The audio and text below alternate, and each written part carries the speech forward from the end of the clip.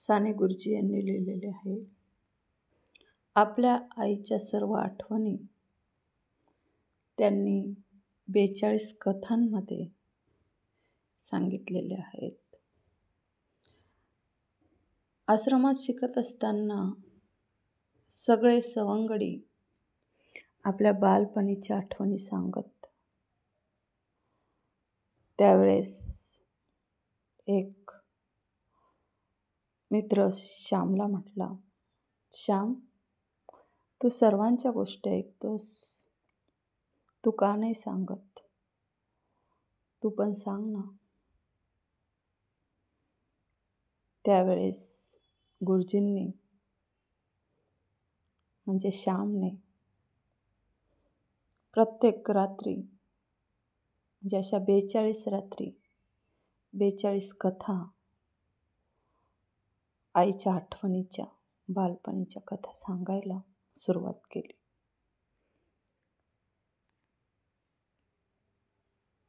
पहिली कथा सावित्री व्रत. या कथेमध्ये आईने सावित्रीचे व्रत घेतले होते आणि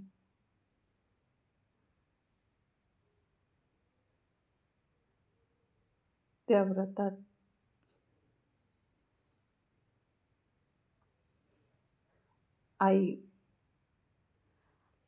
आईचे म्हणजे किती देवावर निष्ठा श्रद्धा होती ते आपल्याला ह्या कथेतून बघावयास मिळते. त्यानंतर अक्काचं लग्न. अक्का ही गुरुजींची मोठी बहीण, थोरली बहीण. मुकी फुले तिसरी कथा. मुकी फुले यामध्ये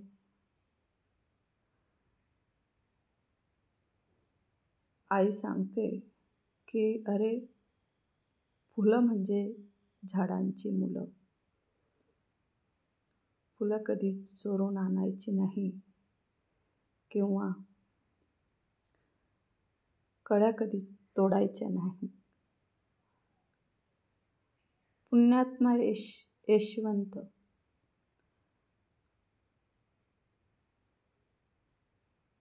ज्यावेळेस यशवंत पुण्यात्मा झाला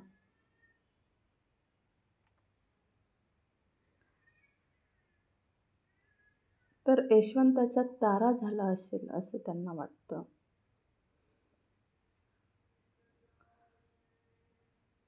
पाचवी कथा आहे मथुरी. मथुरी ही एक कानपिन होती, मथुरी नावाची. आणि मथुरीचा जो मुलगा आहे तो शिवराम. ती एकदम कृतज्ञ होती, म्हणजे केलेला उपकार जाणणारी. मथुरी श्यामच्या आईचं खूप कौतुक करायची. ती म्हणायची की देव माणूस आहे माऊली.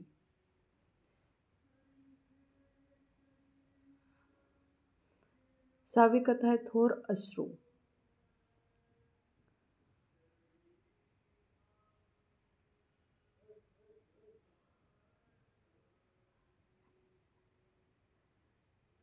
थोर अश्रूमध्ये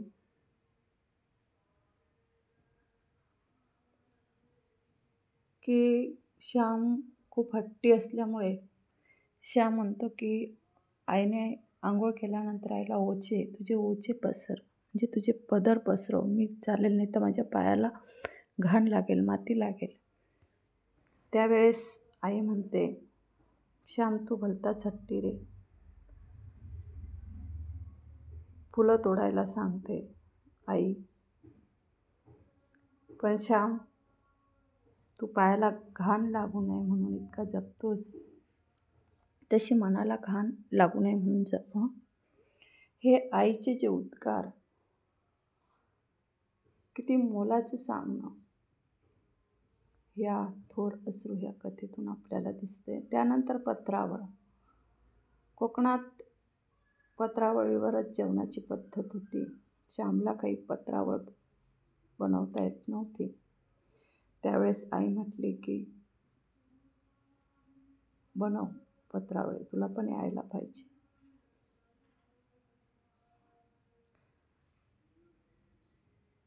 म्हणजे आईनेच हट्ट धरला की पत्रावळ करून बघ, तयार कर पानांची. त्यानंतर 8वी कथा आहे क्षमेविषयी प्रार्थना. आता दुपारच्या जेवणाच्या वेळी श्लोक म्हणायची पद्धत होती, नाही म्हटलं तर वडील रागवायचे.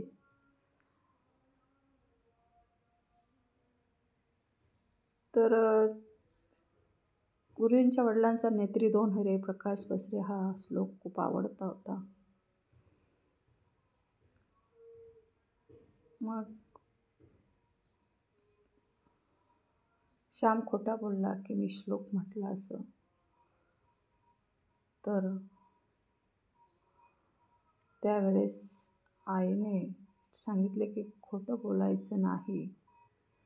त्यावेळेस श्याम आईच्या पायावर डोके ठेवून म्हटला की आई मी चुकलो, मला क्षमा कर. 9वी कथा आहे मोरी गाय. ही गाय गाईचं नाव आहे मोरी. ती खूप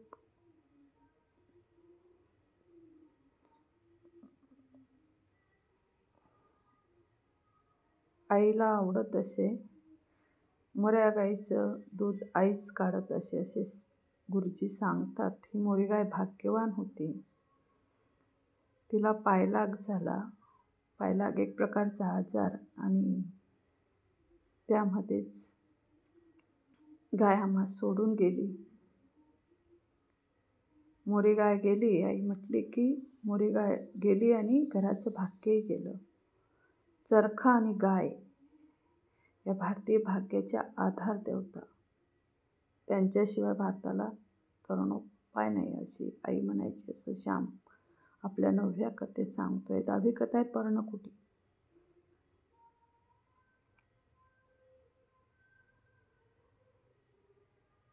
पर्णकुटी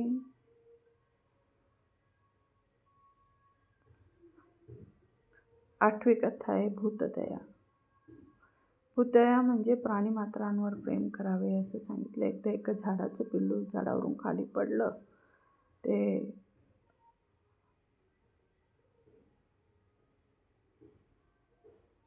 जरा मेल्यासारखं होतं. चोच उंच करून बघत होतं. आई म्हणाली की पिल्लाला श्याम ते जगणार नाही, फारच उंचावरून पडलंय, त्याला सारखा हात लावू नको. त्या पिल्लानं अखेर शेवटची थोडी हालचाल केली, चोच वाचली आणि ते मरून पडलं. तर त्याला कुठे पुरावं? श्यामने आईला विचारलं. शेवंती मोगऱ्याच्या मध्ये पूर. आईने शेवंती आणि जरीच्या चोळीचा तुकडा दिला. त्या रेशमी कपड्यात त्यांनी गुंडाळला. खड्ड्यात फुलं अंथरून त्यावर पिलाचा देह फडक्यात गुंडाळून ठेवला. म्हणजे मित्रांनो, या जगात केवळ दया किंवा प्रेम असून चालत नाही. जीवन सुंदर आणि यशस्वी करण्यास प्रेम, ज्ञान व शक्ती अशा 3ही गोष्टी एकत्र हव्यात. प्रेम म्हणजे हृदयाचा, ज्ञान म्हणजे बुद्धीचा आणि शक्ती म्हणजे शरीराचा विकास. या कथेतून आईने सांगितलं की माणसं, मांजरं, कुत्री, पोपट यावर प्रेम करतात, परंतु भावांवर, शेजाऱ्यांवर, माणसांवर प्रेम करत नाही. असं का?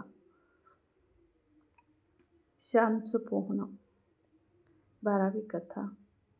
तर श्याम पोहायला जात नव्हता. आई आग्रहाने पाठवायची, श्यामाचा तू भित्रा राहू नकोस.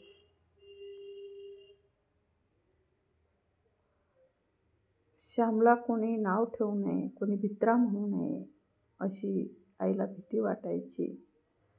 तर तुला कोणी असं म्हटलं तर आईचा अपमान तुला सहन होईल का? म्हणून श्यामला तिने पोहायला उत्स्फूर्त केलं, प्रेरणा दिली. आणि 3री कथा आहे स्वाभिमान रक्षण. तर स्वाभिमान रक्षण यामध्ये आई, श्याम आपण गरीब असलो तरी आपण भिक्षुक नाही. श्यामने 2 ते 3 आण्यांचं तो दक्षिणा घरी घेऊन आला. त्यावेळेस आई म्हटली की दक्षिणा घेण्याचा अधिकार आपला नाही. आईने ते 2 आणे शेजारी बाळू नावाच्या गड्याला देऊन टाकले. ते पाहून श्यामला खूप आश्चर्य वाटले. आईने आपल्या कृतीतून मला धडा शिकवला. 14वी कथा आहे श्रीखंडाच्या वड्या. खूप चांगल्या करता यायच्या श्यामच्या आईला. एकदा पार्वतीबाईची मुलगी वेणू माहेरी आली. पार्वतीबाई वाईची मैत्री होती असे गुरुजी म्हणत.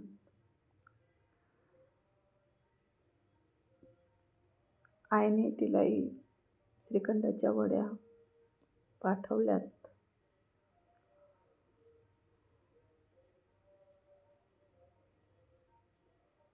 आई आजारी असतानाही आईने वेणूसाठी श्रीखंडाच्या वड्या बनवल्या.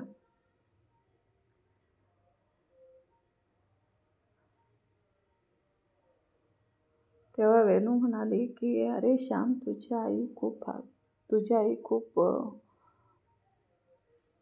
चांगली आहेस. तू थोर आहेस श्याम. तुझी आई, तू तिचं ऐकत जा. तुझं भाग्य म्हणून अशी आई तुला मिळाली.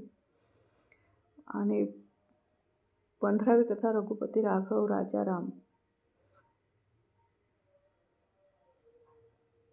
या कथेत रवींद्रनाथ टागोरांची वाक्य आठवतात. ते म्हणतात, तुला एकटंच जावे लागेल. जा, तू आपला कंदील घेऊन जा. लोकांच्या टीकेचा झंझावात सुटेल. तुझ्या हातातील दिवा विझेल, पण तो पुन्हा लाव. पुढं पाऊल टाक. तुला एकटंच जावं लागेल. म्हणजे आणि श्याम देवासमोर रघुपती राघव राजाराम असं म्हणत एकटाच बसतो.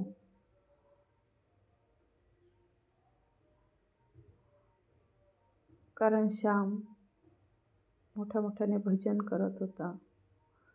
म्हणून आई म्हणाली, मोठ्याने भजन करून देव मिळतो असं नाही, दुसऱ्याला त्याचा त्रास होतो. 16वी कथा तीर्थयात्रेसाठी पलायन. सिंहस्थात नाशिकला व कन्यागताला वाईला मोठी यात्रा भरते.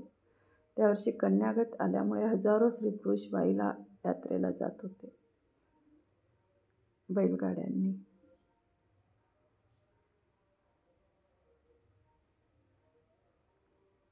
17वी कथा स्वावलंबनाची शिकवण. लहानपणी खूप पोथ्या पुराणं वाचली, स्तोत्र म्हटले, रामरक्षा पाठ नव्हती होत. वडिलांनी रामरक्षेचं पुस्तक आणलेलं नव्हतं, म्हणून शेजारी गोविंद भटजी परांजपे राहायचे. त्यांचा मुलगा भास्कर याच्याकडे रामरक्षेचं पुस्तक होतं आणि त्याची पाठ होती रामरक्षा.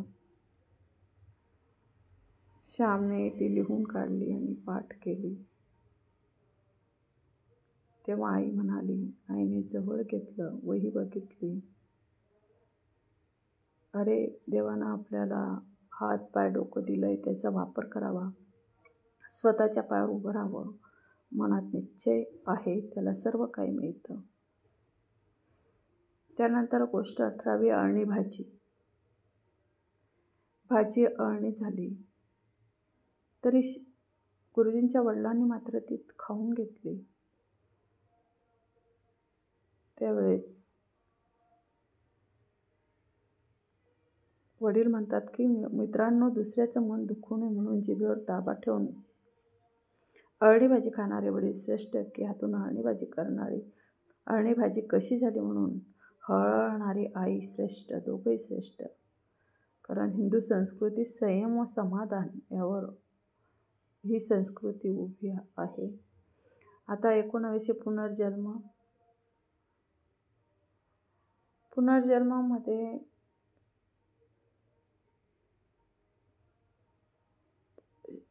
गुरुजींची बहीण 4 दिवसासाठी माहेरी आली आणि तिला विषम ज्वर म्हणजे टायफॉईड झाला.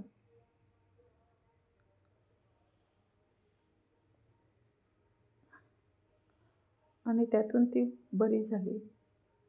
कथा 20 सात्विक प्रेमाची भूक.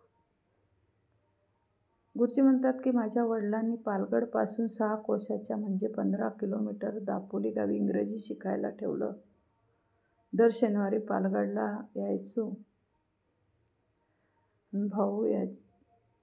वडिलांना ते भाऊ म्हणत.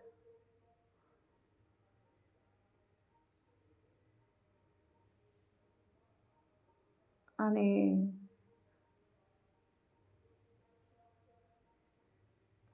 त्यानंतर दुर्वाची आजी. 21वी कथा. ही दुर्वाची आजी राहत असे घरी. आमच्या घरी एक दुर्वाची आजी, दूरची आजी राहत असे. तिचं नाव द्वारका काकू होते. दुर्वाच्या आजीमध्ये म्हणजेच द्वारका काकूमध्ये अनेक गुण होते. त्याबद्दल ह्या कथेत सांगितलेलं आहे. आनंदाची दिवाळी. दिवाळीचे दिवस जवळ येत होते. दापोलीला गुरुजी शिकत असताना मोठा भाऊ पुण्याला शिकत होता.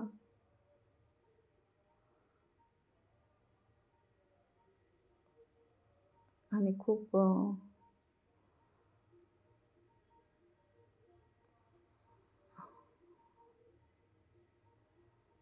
आनंदाने दिवाळी गेली असे ह्या कथेत सांगितलं आहे. अर्धनारी नटेश्वर. कथा 23वी. अर्धनारी नटेश्वर त्यामध्ये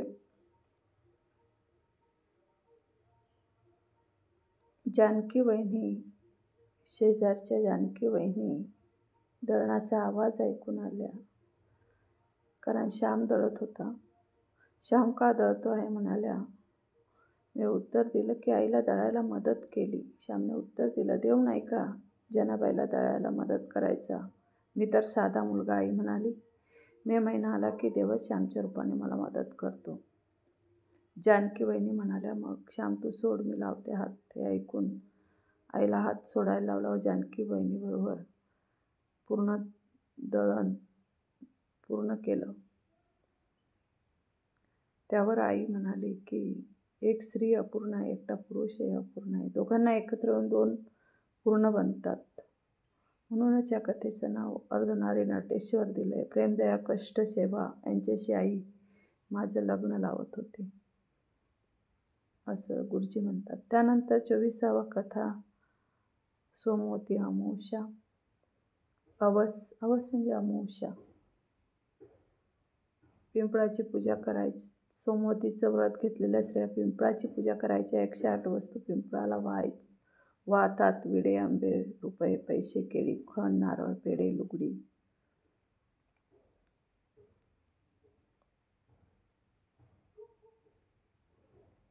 त्यानंतर देवाला सारी प्रिय. 25वी कथा. एक हरिजन समाजाची बाई मुळी विकत होती. कोणी तिची मुळी खाली ठेवलेली उचलून देत नसत. त्यावेळेस श्यामने मुळी उचलून दिली. त्यावेळेस आई म्हणाली की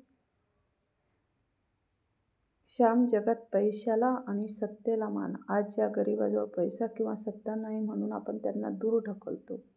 उद्या त्यांच्याजवळ पैसे किंवा सत्ता आली तर हेच लोक त्यांचे जोडे पुसतील.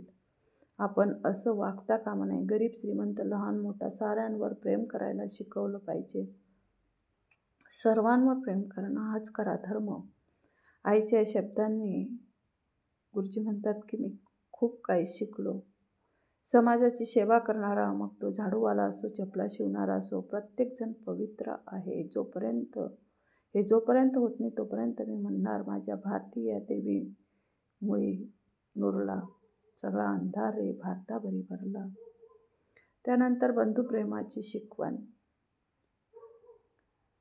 देवीच्या आजारात अंगात उष्णता फार वाढते.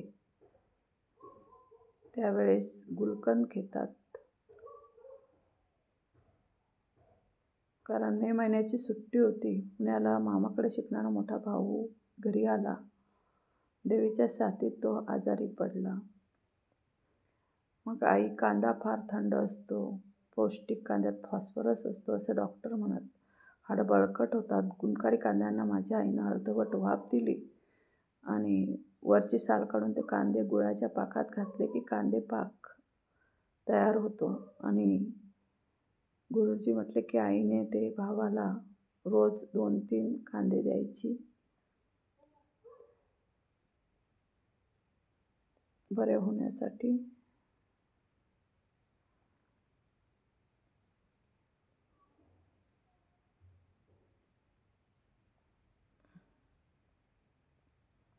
नंतर उदार पितृहृदय.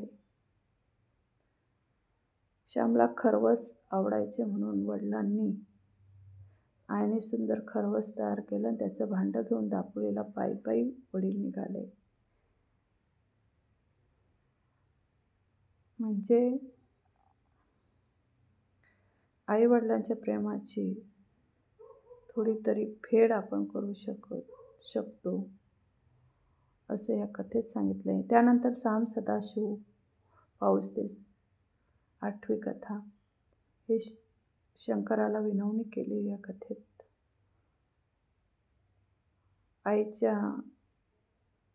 शंकराच्या मंदिरात आईच्या सांगण्याने कळशी घेऊन गुरुजी गेले आणि कितीतरी मुलं तिथं पाणी ओतत होते. कितीतरी पाणी ओतलं जात होतं. शंकराला कोणताना मुलं तोंडात म्हणत होती, साम सदाशिव पाऊस दे, शेते भाते पिकू दे, पैशाने पायली विकू दे. म्हणजे देवाला पाऊस येण्याची विनवणी करतात. नंतर 29व्या कथेत मोठा होण्यासाठी चोरी. त्यात गावापासून थोड्या अंतरावर लाटवण नावाचं गाव होतं. तेथील बळवंतराव फडके होते. ते वडिलांकडे नेहमी येत. फारच साधेभोळे होते. श्याम म्हणतो की गुरुजी म्हणतात मी दापोलीहून घरी आलो त्यावेळेस बळवंतराव व दुसरे पाहुणे घरी आले होते. मला वाचनाचा नाद लागला आणि पुस्तकं मिळत नसत. त्यामुळे स्वामी रामतीर्थ यांच्या चरित्राचे खंड प्रसिद्ध होऊ लागले होते. म्हणून श्यामने पाहुण्यांच्या खिशात बऱ्याच नोटा पाहिल्या आणि एक लांबवावी असं ठरवलं. पण दुसऱ्याचे पैसे चोरणं पाप होतं. पण हे पाप करून पुस्तक वाचण्याचं पुण्य मिळवावं असं वाटलं आणि खिशातल्या नोटा मोजल्या तर एक नोट कमी आढळली त्यांना. वडिलांना विचारलं. वडिलांनी की श्याम तू नाही ना घेतली असेल तर सांग.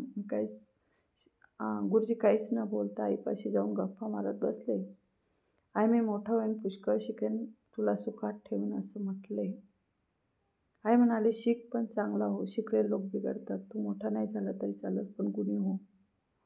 तेवढ्यात वडिलांना मला पुन्हा बोलवलं आणि विचारलं खरंच नाही का घेतलेस? त्यावर आई म्हणाली श्याम नाही हो घ्यायचं नाही ना घेतलेस?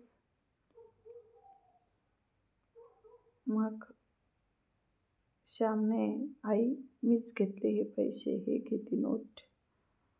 आईने विचारलं अरे कशासाठी पैसे चोरलेस? पुस्तकं घेण्यासाठी, वाचून मोठं होण्यासाठी. आई म्हणाली अरे तू पाहिली चोरी कधी करू नये म्हणून वाचलंस. हे अजून तू शिकला नाहीस. मग आणखी पुस्तक कशाला? आचरण हेच ज्ञान मी शिकलो असं गुरुजी म्हणतात. 30 कथेतून तू वयाने मोठा नाहीस पण मनाने. ह्या कथेत श्यामचा लहान भाऊ सदरा शिवण्यासाठी खूपच हट्ट करत होता आईजवळ. मे महिन्याची सुट्टी संपून दापोलीला जेव्हा श्याम गेला तेव्हा वडील 1-2 नाणे देत ते पैसे जमवून धाकट्या भावासाठी श्यामने शिंप्याकडून कोट शिवून आणला पुरुषोत्तमसाठी. त्यावेळेस आई म्हटली घरी दापोलीहून आल्यावर श्यामचं गाठोडं लहान भावाने सोडलं. त्यावेळेस त्याला कोट दिसला. तो खूप आनंदित झाला. त्यावेळेस आई म्हटली, आईने पाठ थोपाटली श्याम तू वयाने मोठा नाहीस, पैशाने मोठा नाहीस, शिकून मोठा नाहीस, पण मनाने आजच मोठा झालास हो. त्यानंतर कथा 31वी लाडघरचं तामसतीर्थ. लाडघरच्या देवीचा नवस होता आणि लाडघर हे ठिकाण दापोली तालुक्यात समुद्रकाठी सुंदर गाव आहे. तिथं तामसतीर्थ आहे. म्हणजे तिथं एका जागी समुद्राचं पाणी लालसर दिसतं, त्याला तामस तीर्थ म्हणतात.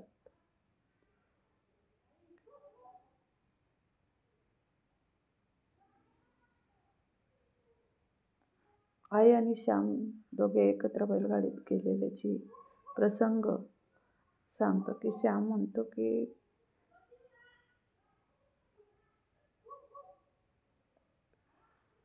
जीवनात खूप संकट येत गेली, पण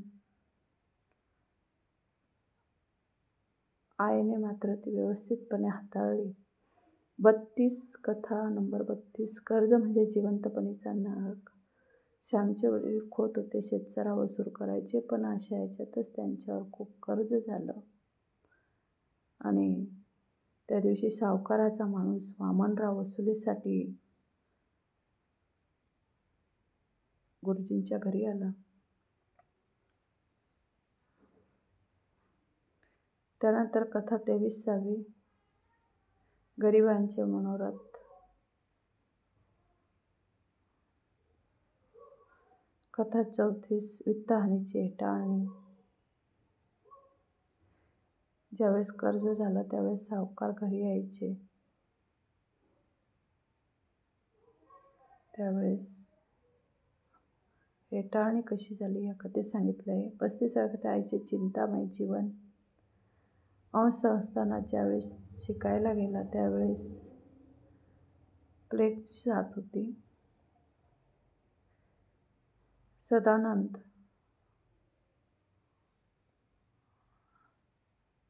सगळ्यात धाकटा भाऊ मावशीजवळ शिकायला होता. तोही असाच पुण्यात प्लेगमध्ये सोडून गेला. अंश संस्थानातही प्लेग सुरू झाल्यामुळे माझ्या आईचा जीव पालघाटला खालीवर होत होता. सदानंद गेल्याचं दुःख ताजं होतं. किती दिवस तिच्या डोळ्याचं पाणी खळत नव्हतं. प्लेगमुळं अंशची शाळा बंद पडली. श्याम घरी आला. आईने पोटाशी धरलं. आधी देवाला नमस्कार कर, मी तुझी वाटच पाहत होते. तिचा कंठ भरून आला आणि तीही रडू लागली.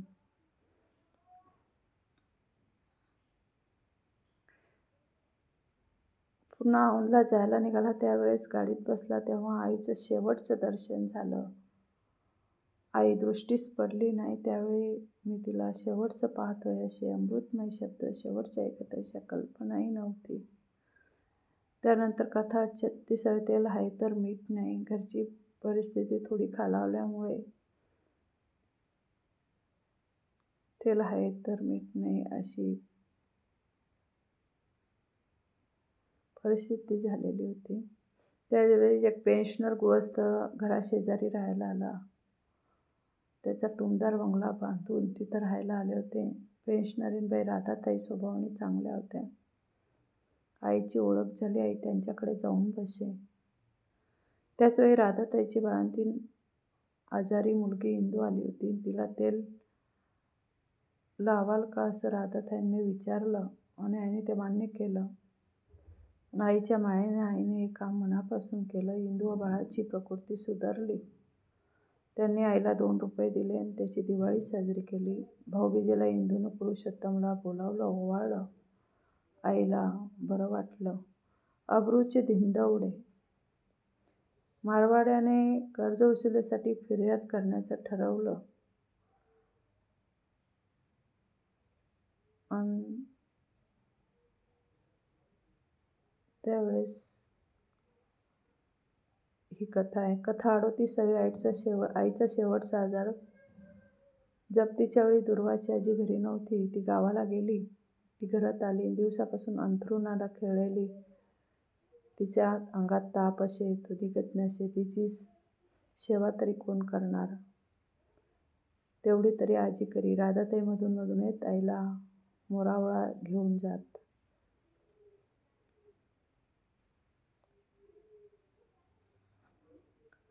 आई खूपच आजारी पडली आणि आईची जगण्याची आशाच संपली. मग ती म्हणायची की रडत रडत, नको आता कुठं जाणं येणं, आता देवाकडे जाऊ दे. या मराठीतच माझी कुडी पडू दे.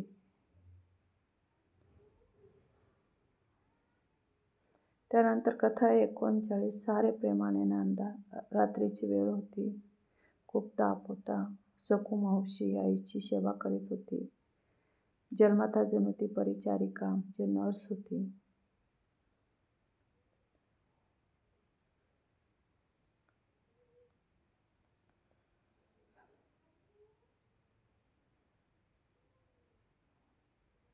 शेवटची कथा 40वी. शेवटची निर्वाणं. तिला आईची प्रकृती खूपच बिघडली. तिला वात झाला आणि ती बडबडू लागली. गुरुजी म्हणतात, मावशीनं आईला अक्का अशा हाका मारून शुद्धीवर आणण्याचा प्रयत्न केला. पण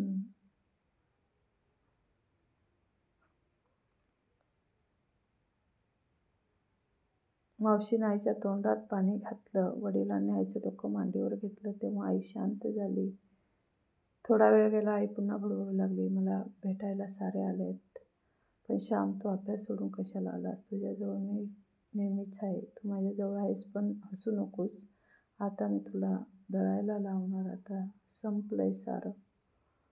आणि अशा वातातच रात्र गेली. आईने पुरुषोत्तमला जवळ घेतलं. त्याच्या तोंडावरून हात फिरवला. आवाजात म्हणाली, क्षीण आवाजात म्हणाली, बाळ, चांगला राहा. हट्ट करू नकोस. चांगला नीट वाग.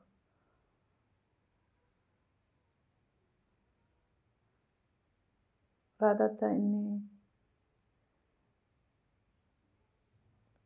गंगा आणून आईच्या तोंडात 2 थेंब गंगेचं पाणी आणून 2 थेंब टाकले. तोंडात तुळशीचं पान ठेवलं. आईला कोंगडीवर ठेवण्यात आलं. तिला तोंडातून शेवटचा शब्द निघाला, राम. आणि सारं संपलं. श्यामची आई गेली. कथा 41 मध्ये भस्ममय मूर्ती. आईच्या पिंडदानाचा दिवस आला. या कथेत नंतर शेवटची कथा, आईचं स्मृतिश्राद्ध. गुरुजी सांगतात की मित्रांनो, मी आज आईची शेवटची आठवण सांगणार आहे. ते स्मृतिश्राद्ध मी आज संपवणार आहे. माझ्या हृदयात आठवणींचे अनेक तारे आहेत. आणि शेवटची गोष्ट मित्रांना, आश्रमातील सवंगड्यांना सांगतात की शेवटची गोष्ट आहे आणि माझ्या हृदयात आठवणीचे अनेक तारे आहेत. त्यापैकी ठळक तारे मी दाखवले. आज उरलेला एक ठळक तारा दाखवणार आहे. माझ्या आईवर बाया माणसांचं प्रेम होतंच, पण पशुपक्ष्यांचं होतं. मोऱ्या गाईवर गाईचं आईवर किती प्रेम होतं हे मी सांगितलंच आहे. तामस तीर्थाहून परत येताना वाघ आडवा आला, पण त्यानं आईला काही केलं नाही हेही सांगितलं. आज मी मथी मांजरीची गोष्ट सांगणार आहे. मथी आईची फार आवडते. आईच्या पानाजवळ जेवायची. इतरांनी घातलेल्या भात ती खात नसे. आई बसली की ती मथी नेहमी आईच्या भोवती असायची. अवतीभोवती आईबरोबर विहिरीवर जायची. आईचं आजारपण वाढत चाललं तरी मथी नीट खातपीत नाशी झाली. आईच्या हातचा भात तिला मिळेना. आणि ज्या दिवशी आई गेली त्या दिवशी ती सारखी म्याव करत होती. त्या दिवसापासून मथीनं अन्नपाणी वर्ज्य केलं. आई ज्या खोलीत गेली तिचा आम्हा 10 दिवस ताजं दूध पाणी ठेवायचो. पण मथीनं त्याला स्पर्शही केला नाही. फक्त त्याच खोलीत बसून राहिली. ओरडेनाशी झाली. जणू तिनं प्रायोपवेशन अन्नपाणी न घेणं सुरू केलं. आणि 3ऱ्या दिवशी ज्या जागी आईनं प्राण सोडले त्याच जागी मथीनेही प्राण सोडला. माझ्या आईची मथी मांजरी आई पाठोपाठ गेली. आणि आमच्या प्रेमापेक्षा आमच्या मथीचं प्रेम आईवर अधिक होतं याची मला लाज वाटते. मित्रांनो, अशा माझी श्यामची आई होती. जगाच्या बाजारात अशी आई मोठ्या भाग्याने मिळते. माझ्या आईनंच मला सारं दिलं. माझ्यात जे चांगलं आहे, जे पवित्र आहे ते सारं तिचंच आहे. माझी आई गेली, पण भारतमातेच्या सेवेसाठी मला तयार करून गेली. हा श्याम माझ्या मोहात गुरफटेल. बंधू भगिनींची सेवा करण्यात जाणार नाही. स्वातंत्र्य लढ्यात तो आईच्या मोहानं भाग घेणार नाही. म्हणून आईनं आपण होऊन स्वतःला माझ्या मार्गातून दूर केलं असेल. सर्व भारतातील माता माझ्या श्यामच्या होऊ देत. एकच नव्हे तर अनेक आया श्यामला मिळू दे. यासाठी माझी आई निघून गेली असेल. आता जिकडे तिकडे माझ्याच आया अशी दृष्टी मला देणाऱ्या आईची थोरवी मी कुठवर वर्णन करू. आईनं शिकवलेलं प्रेम, कृतज्ञता, कर्तव्यबुद्धी, स्वशिक्षा, मधुरता माझ्या प्रत्येक कृतीतून प्रकट होते. कोणत्याही आईची सेवा करता करता माझ्या आईप्रमाणे, मतीप्रमाणे माझ्याही जीवनाचं सोनं हो. आईचं सोनं झालं, श्यामचंही सोनं हो. या सर्व गोष्टी श्याम आपल्या मित्रांना सांगतो.